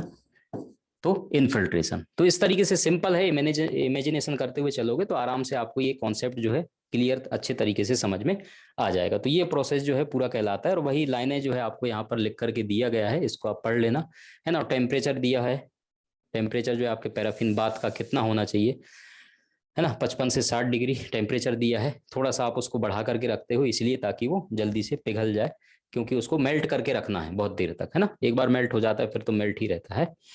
और यही चीज लिखा है, 2 स्टेज में जो प्रोसेसिंग में आपका क्या होता है, इम्प्रेग्नेशन में आपके टिश्यूज के अंदर जो है जो जगह रहता है उसको फिल करता है आपका, जो कैविटीज रहेंगे नेचुरल, है ना, स्पेसेस रहेंगे। वही चीज यहाँ पर सारी लाइन लिखे हैं जो कि मैंने हिंदी में आपको समझा दिया है ना। टिश्यूज के अंदर उसको जो है अंदर जा करके एक स्थिरता प्रदान करता है, सॉलिडिफाइड, है ना, फॉर्म प्रदान करता है आपका पैराफिन वैक्स, ठीक है। सारे जगह को सपोर्ट, है ना, ड्यूरिंग कटिंग, कटिंग के समय जो है सपोर्ट प्रदान करेगा, जो कि मैंने आपको एक्सप्लेन कर दिया। तो वही सारी लाइन जो है इसमें लिखा हुआ है, section without distortion of the alternation of the tissue and cellular constituent. ये पूरे लाइन का मतलब मैं अगर आपको समझाऊं हिंदी में आसान तरीके से, तो इसका मतलब ये है, जो टिश्यू इम्प्रेग्नेशन के द्वारा वैक्स जो टिश्यू के अंदर तक जा रहा है, बहुत प्रॉपर तरीके से फैल रहा है ना, पूरे स्पेसेस को फिल कर रहा है, कहीं पर गैप होने के चांसेस नहीं है। जब आप एम्बेडिंग कर दोगे और टिश्यू जब कट करोगे तो सीक्वेंसेस में आपका रिबन सेक्शन प्रॉपर तरीके से बनेगा, कहीं पर भी कोई गैप नहीं देखने को मिलेगा। नहीं तो गैप होगा तो क्या होगा, टिश्यू फट जाएगा, है ना, अलग अलग जगह से टूटने लगेगा। तो प्रॉपर रिबन सेक्शन जो बनना चाहिए वैसा सेक्शन नहीं बनेगा अगर प्रॉपर तरीके से इम्प्रेग्नेशन नहीं हुआ है। तो समझ में आ गया, जो मैंने हिंदी में समझाया ये पूरे लाइन का मतलब सबके समझ में आ गया। इम्प्रेग्नेशन एक बार यस सर बोल दो, जल्दी बोलो भाई, है ना, हिंदी में समझा दिया है। अब मत बोलना कि सर आपने इंग्लिश में जो है, इंग्लिश में हमें समझ में नहीं आता है, तो हिंदी में ही हम एक्सप्लेन कर रहे हैं, है ना, ठीक है। चलिए, इन्फिल्ट्रेशन समझा दिया है ना, ये नोट्स आपको मिल जाएगा। एम्बेडिंग देखो यार, एम्बेडिंग के अलग अलग फॉर्म है, एम्बेडिंग भी मैंने समझा दिया है, प्रैक्टिकल वीडियो भी आप देख लेना। Embedding is the process which the tissue or the specimen are enclose in mass of the embedding media using a mould, है ना। मोल्ड की सहायता से या उसका इस्तेमाल करके किसी भी टिश्यू को जो है ना, एक मीडियम प्रोवाइड करना जिससे आपका टिश्यू जो है बंध जाए उसके अंदर, है ना, प्रॉपर तरीके से। तो इस प्रोसेस को हम एम्बेडिंग कहते हैं। या दूसरा, एम्बेडिंग मींस कास्टिंग और ब्लॉकिंग, है ना। दूसरा मतलब एम्बेडिंग का क्या होता है, इस तरीके से ऑप्शन में ये शब्द आ सकते हैं इसलिए मैंने मेंशन किया है।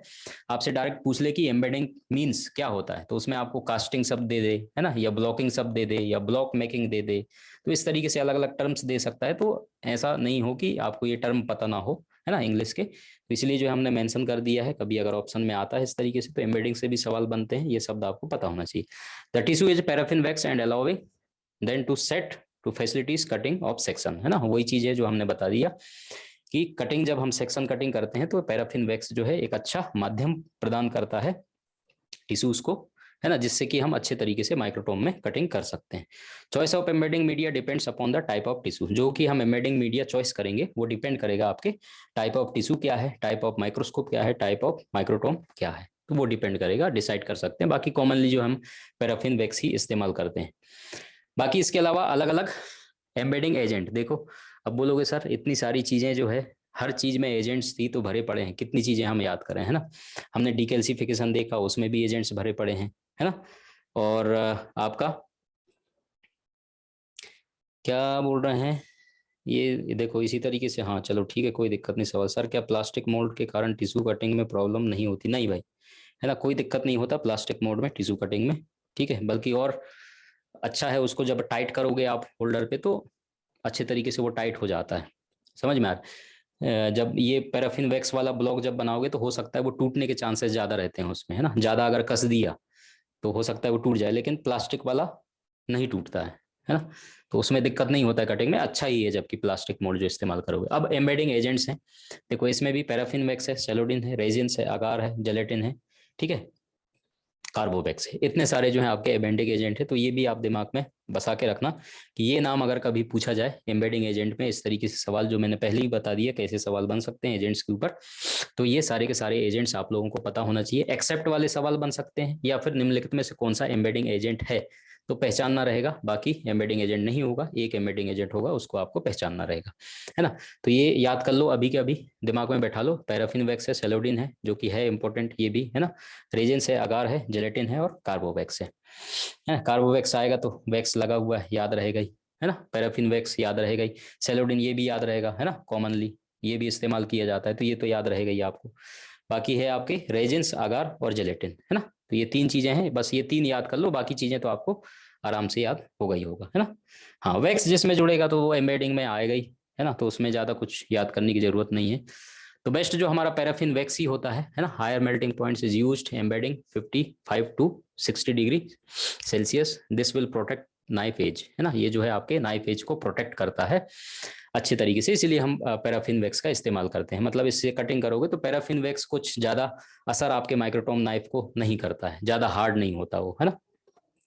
अगर embedding mainly used in the double embeddings use for FNAC specimen अगर कोई है तो उसके लिए अगार एम्बेडिंग का प्रेफर किया जाता है। Celloidin media it is use for cutting hard tissue अगर कोई है ना, तो सेलोडिन जो है प्यूरिफाइड फ्रॉम द नाइट्रोसेल्यूलोज, तो इसका इस्तेमाल आप सेलोडिन मीडिया का इस्तेमाल आप करोगे हार्ड टिश्यू अगर कोई है तो। उसके बाद आपका जेलेटिन है, मेल्टिंग पॉइंट लेस देन अगार, अगार से कम होता है इसका। जेलेटिन में भी यूज्ड व्हेन फ्रोजन सेक्शन, है ना। तो इस तरीके से सवाल भी बन सकता है, फ्रोजन सेक्शन के ऊपर कभी अगर आए तो जेलेटिन का भी इस्तेमाल करते हैं, है ना। तो इसलिए आप इसको भी याद रखेंगे बस, है ना, यही चीज है बाकी। और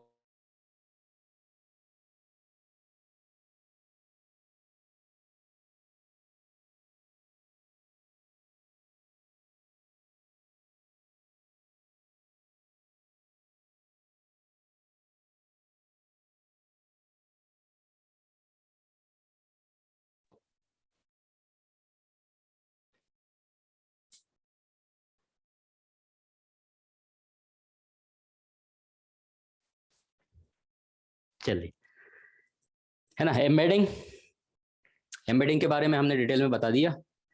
एम्बेडिंग मोल्ड्स, है ना, ब्लॉकिंग आउट्स मोल्ड कैसे करते हैं। ल्यूकार्ड नाम से आता है एम्बेडिंग, है ना। ल्यूकार्ड के ऊपर कई बार सवाल बन चुका है, एल मोल्ड्स मीन्स या एल मोल्ड्स का मतलब क्या होता है, तो ल्यूकार्ड है। स्पेलिंग याद कर लेना, हो सकता है स्पेलिंग उल्टा सीधा करके आपसे पूछ ले, तो स्पेलिंग भी पता होना चाहिए। ऐसा नहीं कि आपने केवल ल्यूकार्ड नाम याद कर लिया और स्पेलिंग अगर गलत हो गया तो उससे भी बहुत फर्क पड़ता है, कई बार इस तरीके से भी सवाल पूछते हैं ना। एल शेप का होता है, हैवी मेटल ब्रास का बना होता है, तो इसका मेटल का नाम भी पूछा जा सकता है, इसलिए वो भी हमने अलग अलग साइज शेप के आते हैं। बाकी जो लाइन लिखी है उसका मतलब वही है ना। किस तरीके से हम उसको सेट करके और बनाते हैं उसका प्रोसेसिंग लिखा हुआ है इसमें, ठीक है। तो इस तरीके के प्लास्टिक मोल्ड आपको इस तरीके से देखने को मिलते हैं, है ना। प्लास्टिक मोल्ड ये, और आपके मेटल के मोल्ड्स जो है इस तरीके से देखने को मिलते हैं। ये गोल्डन कलर का आपको साधारण तौर पे देखने को मिलता होगा। तो ये दो तरीके के मोल्ड्स जो हैं आते हैं। एमएनए का प्रोसीजर, जो यहाँ जितनी सारी चीजें लिखी हुई हैं वो एक बार पढ़ लेना, जरूरत नहीं है पढ़ने का, मैंने आपको अच्छे से समझा दिया एम्बेडिंग का प्रोसेस क्या क्या होगा, कैसे कैसे प्रोसेसिंग उसका होता है। ओरिएंटेशन ऑफ टिश्यू एक बार थोड़ा सा देख लेना, कैसे किस टिश्यू को रखा जाता है ना। बाकी एम्बेडिंग का प्रोसेस तो आप प्रैक्टिकली भी देखोगे तो आसानी से आपको समझ, इसमें प्रोसीजर से कोई सवाल आने के चांसेस नहीं है ना, कुछ सवाल बनते नहीं, ये तो थ्योरी आपके कॉलेज के लिए या उसके लिए है, बाकी प्रोसेस आपको पता तो होना चाहिए एटलीस्ट, ठीक है। तो ओरिएंटेशन ऑफ टिश्यू ये आपको नोट्स में मिल जाएगा, चिंता मत करो अगर नहीं भी दिख रहा होगा तो, है ना। और आपके गौटकर के बुक में भी दिया होगा, गौटकर के बुक में पेज नंबर मैं आपको बता देता हूँ, 1580, है ना, 1580 पेज नंबर पे दिया होगा कौन से टिश्यू को किस तरीके से रखा जाएगा, हॉरिजॉन्टल किसको रखेंगे, है ना, वर्टिकल किसको रखेंगे, लेटाकर किसको रखेंगे, सीधा किसको रखेंगे, हाँ 1580 पे दिया हुआ है।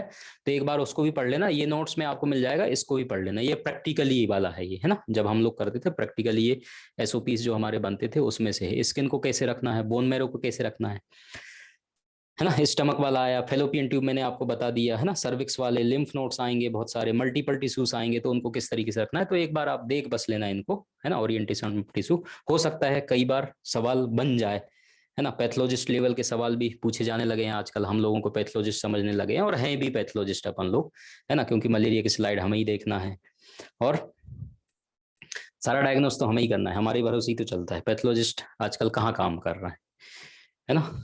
तो सारा काम गवर्नमेंट में आपका भी सिलेक्शन होगा, ठीक है, उम्मीद बिल्कुल ठान के चलना भाई, जितने भी लोग हो यहाँ पर, है ना। इस बार ये नहीं कि टाइम पास करने आए हैं, गवर्नमेंट जॉब लेकर ही जाना है। समझ आ रहा है? हाँ, बस साइन ही नहीं कर पा रहे हैं, बाकी तो सारा काम हमें ही करना है और हमारे रिपोर्ट पे ही सारा चीज़ आधारित है। ठीक है, तो गवर्नमेंट में आने के आपकी उम्मीदें हैं, हम भी इंतजार कर रहे हैं, आप लोग आओ, है ना। वर्कलोड बढ़ते जा रहा है, थोड़ी मदद करो हमारी भी। और आशा है कि इस बार आप लोगों ने ठान के रखा है, इस बार नौकरी लेकर ही मानेंगे, और लेकर ही मानना है, क्योंकि चांसेस आने वाले समय में और कम होते जाएंगे। ठीक है, तो इसलिए जो इस बार मौका मिला है, ठीक है, इस बार मौका मिला है, इसको बिल्कुल फोड़ के रख दो। 1 महीना 1.5 महीना जितना भी बचा हुआ है, ठीक है, रगड़ दो। छोटी छोटी बातों को ध्यान में रखना है। क्या क्या चीजें ध्यान में रखना है आपको? पीडीएफ दीजिए, हम प्रिंट आउट निकाल देंगे। प्रिंट आउट के चक्कर में मत रहो नंदिनी, है ना। हम दे रहे हैं इसी को वैसे का वैसे पीडीएफ निकाल करके देंगे। शॉर्ट नोट्स बना लो, है ना। इतना सारा चीज लिखने की और ये प्रिंट आउट करने की जरूरत नहीं, शॉर्ट नोट्स बनाओ, सबसे बेहतर है। बार बार बोल रहा हूँ, है ना। एक बार देख लो डाउनलोड करके मोबाइल में, ऐसी कौन कौन सी चीज इंपॉर्टेंट लग रहा है जो सर ने बताया, कहाँ से सवाल बन सकते हैं, उसको शॉर्ट नोट्स करते हुए चलो, है ना। प्रिंट आउट के चक्कर में कितना प्रिंट आउट, कितना पैसा बर्बाद करोगे? समझ में आ रहा है? इतने एमसीक्यूज भी देते जा रहे हैं, कितना आप प्रिंट आउट करोगे? तो उसके चक्कर में टाइम वेस्ट भी होता है, पैसा भी बर्बाद है, कोई मतलब का नहीं है। ठीक है, हाँ। तो बस थोड़ा बहुत जो है ध्यान रखना है, सिलेक्शन पक्का है आपका, है ना। थोड़ा सा गहराई पे जाओ, टॉपर लेवल का सोच आपको उच्च स्तर रखना पड़ेगा, बस और कुछ नहीं है ना। सोच ऐसा रखो कि मुझे टॉप करना है। और टॉप करने वाला बच्चा क्या करता है? ध्यान से चुपचाप चीजों को सीखते रहता है, जहां से ज्ञान मिलता है लेते रहता है। ठीक है, उसके बाद अपना पर्सनल नोट्स बनाता है वो। ठीक है, एक टॉपर की खूबी मैं बार बार बताता हूँ आपको, अपना पर्सनल नोट्स बनाता है अपने विवेक से, है ना, अपने ज्ञान से, बुद्धि से, क्षमता से, जितना उसके पास है। किताब से रिसोर्सेस 4-5 रिसोर्सेस लेगा, वहां से थोड़ा थोड़ा एक्स्ट्रा नॉलेज लेकर के शॉर्ट नोट्स में इंक्लूड करते जाता है। समझ में आ रहा है? वो किसी एक नोट्स के सहारे या एक नोट्स के भरोसे नहीं रहता है। ये टॉपर की खूबी बता रहा हूँ मैं आपको। समझ में आ रहा है? हाँ, तो इस तरीके से वो रिसोर्सेज कलेक्ट करके फिर समझाने वाली चीजें हम तो हैं, समझा रहे हैं, कहाँ से कैसे सवाल बनेगा, कैसे पूछा जा सकता है ना, किस स्तर से आएगा। तो ये सारी चीज हम बताते हुए चल रहे हैं, बस आपको चीजों को ध्यान में रखना है और आगे बढ़ना है। ठीक है। हम्म। ठीक है भाई, आज के लिए क्लास खत्म करें। और कोई बात? हाँ, लिखते हुए चलना, बिल्कुल भी लिखोगे तभी वो चीज डबल दिमाग में ज्यादा देर तक रहेगा, नहीं तो भूलते जाओगे, है ना। ऐसे पढ़ के और फिर बस सोते सोते पढ़ोगे तो सोते ही रह जाओगे, ऐसा नहीं करना। पढ़ने का भी तरीका होता है, ठीक है। तो हमारी बातों का, छोटी छोटी बातों का बहुत अच्छे से ध्यान रखना, तो और बेहतर तरीके से अच्छे नंबर्स आपके इंक्रीज हो सकते हैं। ठीक है, थैंक यू सो मच। फिर मिलेंगे अगले क्लास में, है ना। माइक्रोटोमी, माइक्रोटोम नाइफ पढ़ेंगे, फिर स्टेनिंग, है ना। फिर हमारा टॉपिक खत्म हो जाएगा, फिर साइटोलॉजी पढ़ के उसको भी निपटा देंगे। ठीक है भाई, जल्दी जल्दी करना है, ठीक। अरे डिमोटिवेट होने की बिल्कुल जरूरत नहीं है, आप सेलेक्टेड हो, है ना। अपने आप को मानो आप सेलेक्टेड हो, है ना। एप्रन एप्रन ले लो, आई कार्ड हम बनवा देंगे। ठीक है, मोटिवेटेड रहो। आई कार्ड हम बनवा देंगे, एप्रन वगैरह खरीद के रखो, है ना, सामने रख लो। और बस ये सोचो कि बस इस एप्रन को पहन करके हमें लैब में, सरकारी लैब में जाना है, और मलेरिया की स्लाइड, टीबी की स्लाइड बनाना है। और आजकल अच्छी मशीनें आ गई हैं ऑटोमेटिक, सब में जो है हमें टेस्ट रन करना है, सेंट्रीफ्यूज करना है, टेस्ट लगाना है मशीनों में फुल्ली ऑटोमेटिक में। ठीक है, बस सपना इस तरीके से देख के चलो, और जाकर के कल मार्केट से एप्रन खरीद के ले आओ, है ना। पैसे लगेंगे, थोड़ा सा लगेगा, नहीं यार अब तो एप्रन ले आए हैं, खरीद लिए हैं, अब तो जाना ही पड़ेगा। मम्मी पापा को बता दो हमने एप्रन ले लिया, हमारा सिलेक्शन पक्का है। ठीक है, हाँ, अब इससे बड़ा मोटिवेशन और कुछ नहीं होगा। मम्मी पापा को बोल देना पैसे दे दो, एप्रन लेके आ रहे हैं। ठीक, हाँ, चलिए, ओके, थैंक यू।